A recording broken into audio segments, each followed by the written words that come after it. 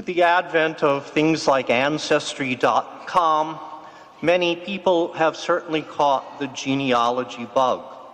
Now, a hobby no longer restricted to those who think of themselves as blue bloods. People are searching ship passenger lists, church and civil records, both here and across the sea, to discover their own personal roots. A new awareness is dawning upon us that our ancestors actually have no small effect on who we are today.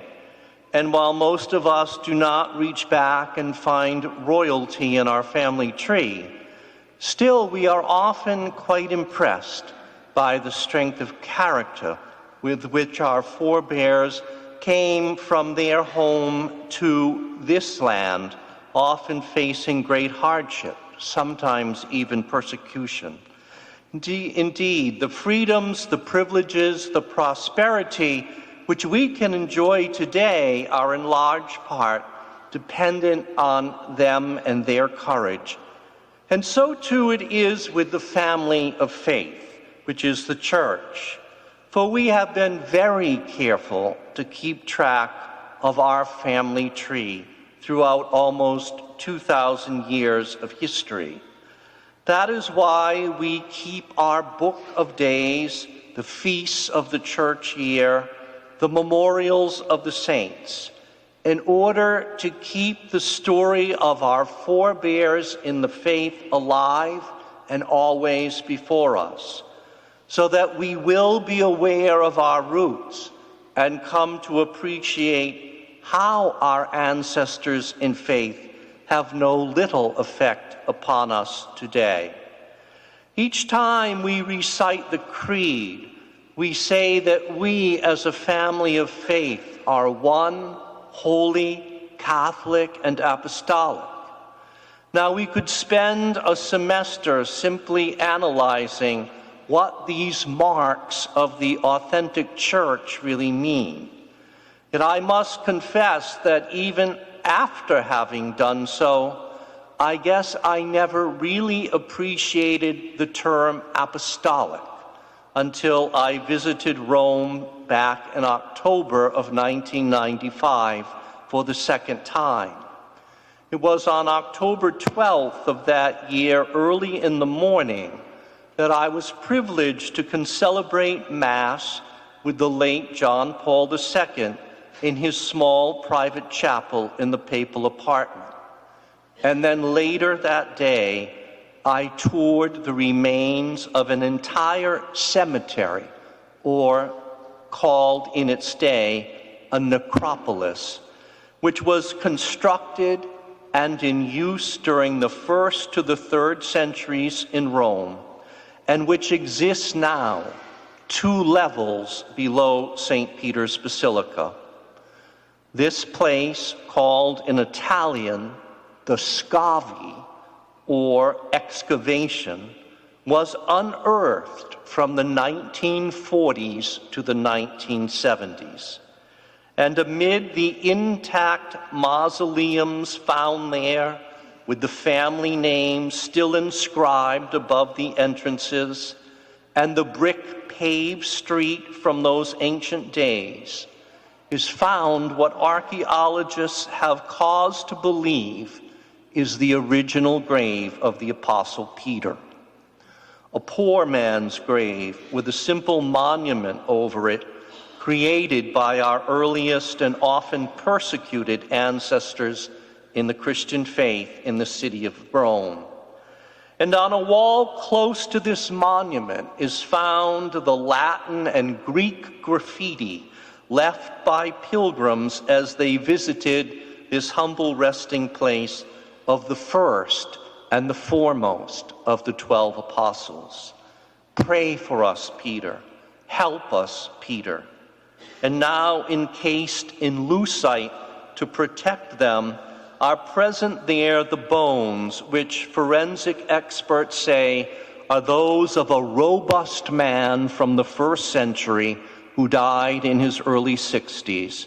And curiously, but appropriately, the bones of his feet are missing, For how else would a Roman executioner have removed a body hanging upside down on a cross in the then nearby Circus of Nero, but with a swift and effective strike of the sword to his ankles?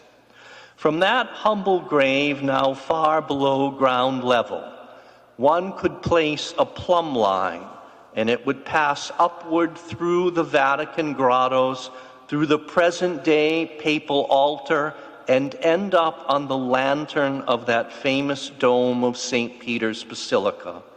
So having been in the presence of Peter's successor earlier that day, it was finally and fully clear to me in a very visceral way that there is in fact an unbroken chain that has reached through nearly 2 millennia, connecting us back to Peter. And even though admittedly some of the links in that chain have been far less than perfect, but still that life-giving connection has been maintained. On the top of the North American College on the Janiculum Hill overlooking the city of Rome is another small monument that reads in Latin, "O happy Rome, you who have been consecrated by the blood of 2 princes." For on the other side of Rome, and outside its first-century walls, is a basilica in which archaeologists only recently recovered an ancient stone sarcophagus that contains the inscription, "Paul, Apostle and Martyr." For ancient tradition says that it was here, after being beheaded, that the body of that zealous apostle and evangelist to the Gentiles was buried. So it has been the custom for Christians for nearly 2,000 years to come to that ancient eternal city in order to pray at those 2 tombs, that of Peter on the site of the original Vatican Hill, and that of Paul in what was once a marshland outside the safety of the city. 2 very unlikely places for major churches to be built by Constantine in the 3rd century, but done so because of the importance of the apostles whose remains were at rest in these places. So while these 2 major churches are literally built upon the bones of the apostles, this is mainly to serve to remind us that we as the church, the living stones, are in fact built upon the faith, the practice, and the preaching of those apostles, most especially Saints Peter and Paul. This is our firm foundation, and one from which we cannot uproot ourselves if we truly want to remain faithful to Jesus Christ.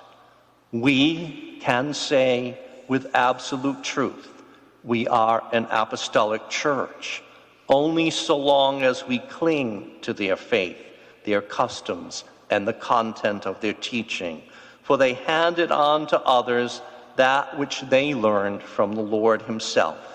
And it was for this faith that each of them would willingly lay down their lives. Today, then, let us join with the whole church throughout the world, and especially the Church of Rome, which is our mother church, in celebrating the feasts of St. Peter and Paul, apostles and martyrs, knowing that it is on their shoulders we stand, as we owe all that we profess to believe to them.